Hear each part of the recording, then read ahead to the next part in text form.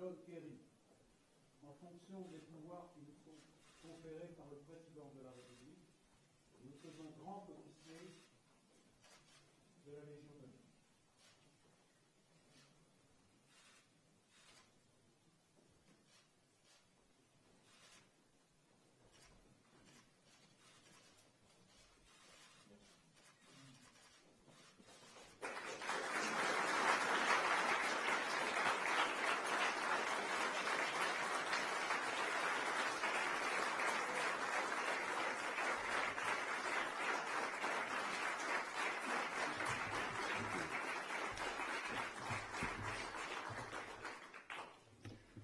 Well, I'm heavier now.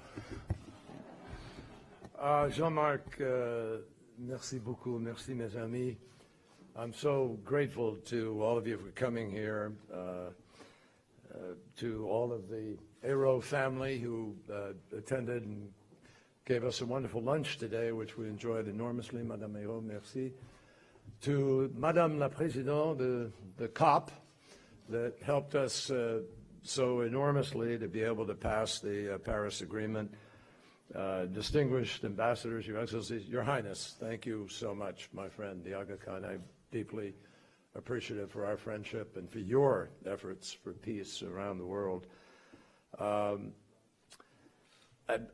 really humbled to receive this award. I mean that. This is one of the great distinctions, and I've heard about the Légion d'honneur for years. Who hasn't?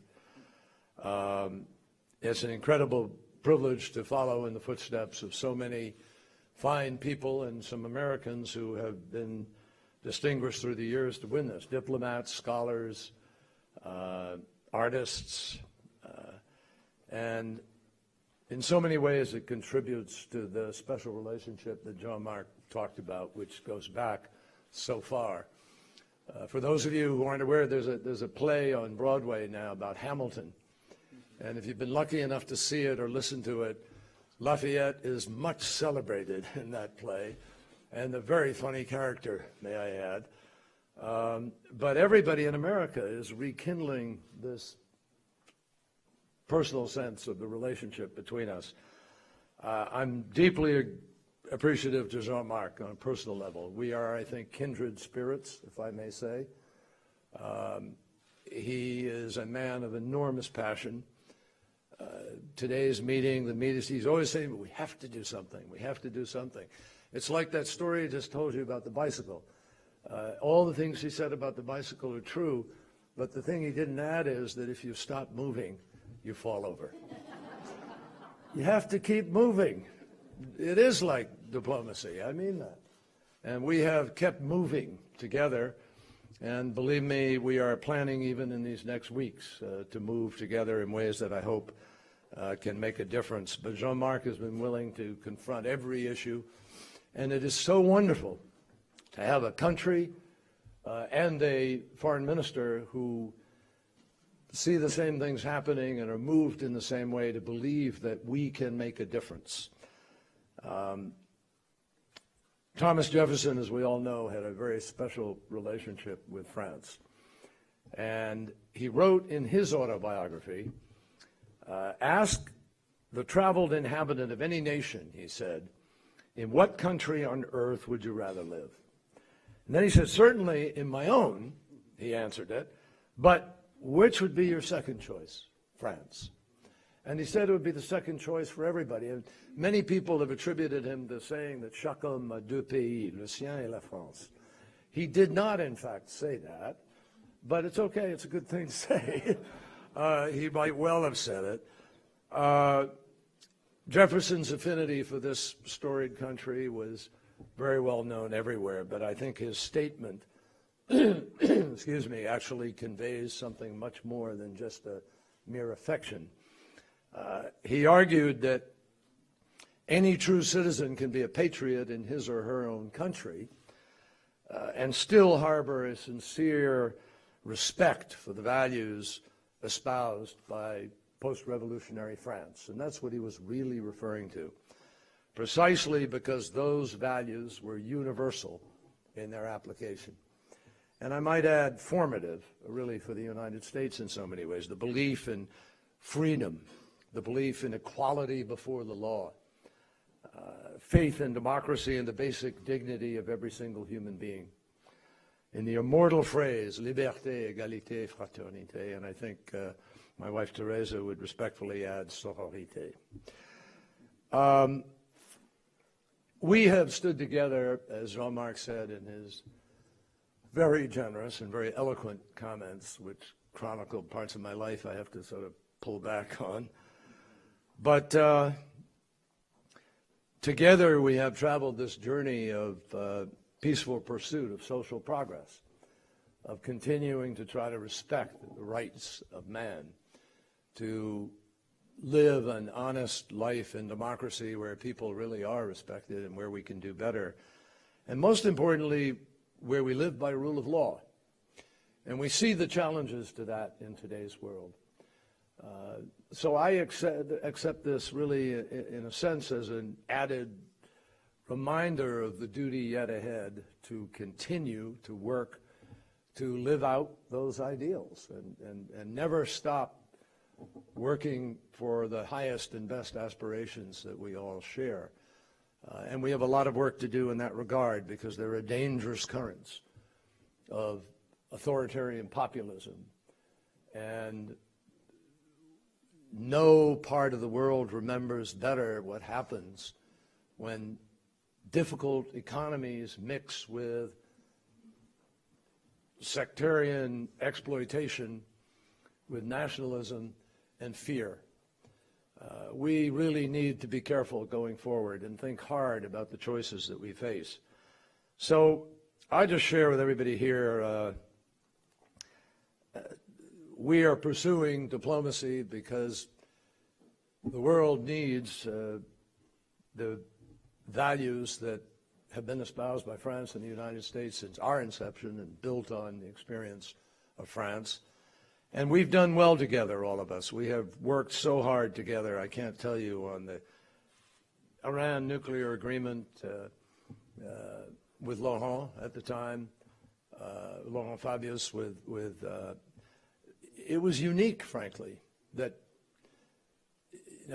6 countries came together, 7 countries in all, in this complicated world and actually found a path forward and worked together and so sorted through difficult contradictions. And I think that for all of us, that's a dear daughter who helped me out, folks. That's my daughter. I mean, I was talking to Jean-Marc's daughter before, and I know how much she loves her dad and how much she tried to show through her film the real Jean-Marc. And I can appreciate, because I've had those conversations with my daughter, and sometimes they're the best political advisors, and they tell you the truth. But in this day and age, folks, we cannot confuse national pride with national self-sufficiency or think that exclusionary policies are somehow going to solve the problems that we face. So let me just be clear, and I'll wrap up quickly here. In the 21st century, every country needs partners in order to prosper. None of us move alone. I grew up in an age that Jean-Marc referred to when, in the post-war world, most economies had been destroyed. And we came in with the Marshall Plan, which people in the United States, by the way, did not support initially, did not understand how we were going to turn around and rebuild Germany and rebuild Japan.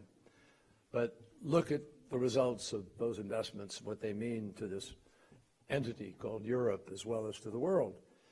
So thinking bigger, trying to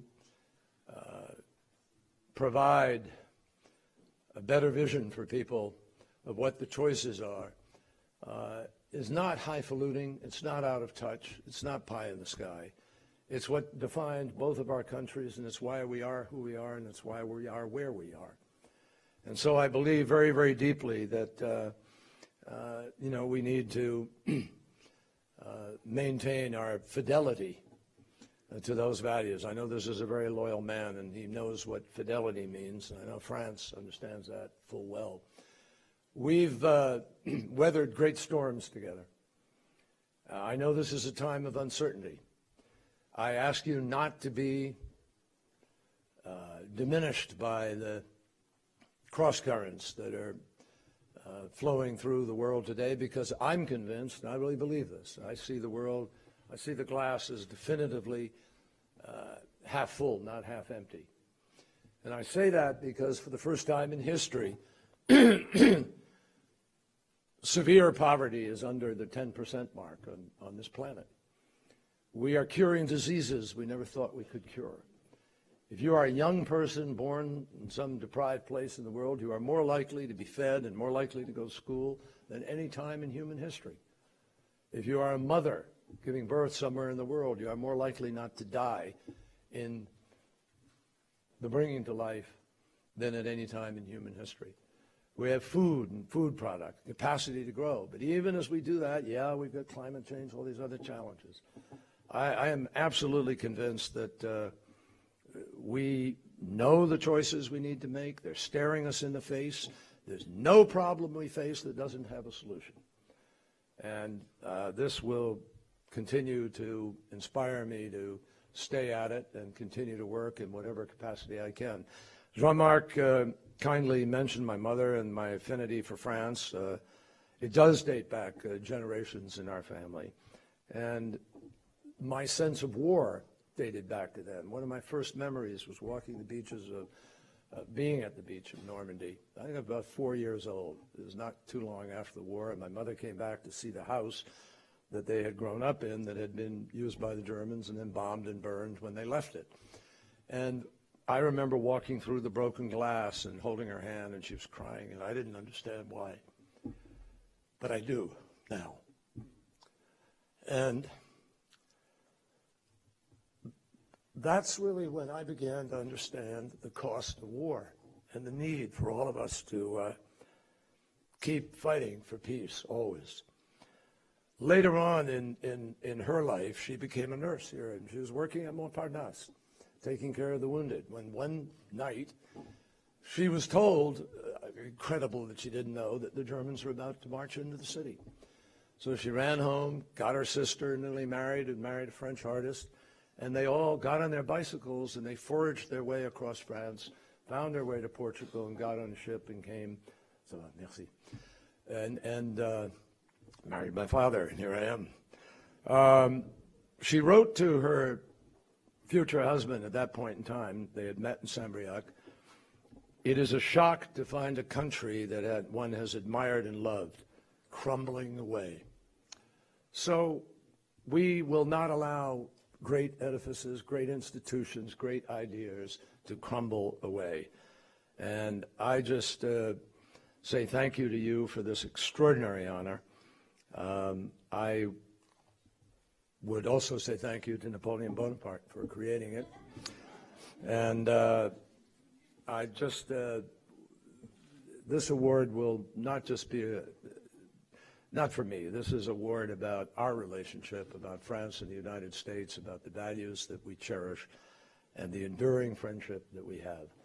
So vive les frites, vive les, French fries, vive la France, et vive les États-Unis et tous mes amis. Merci beaucoup.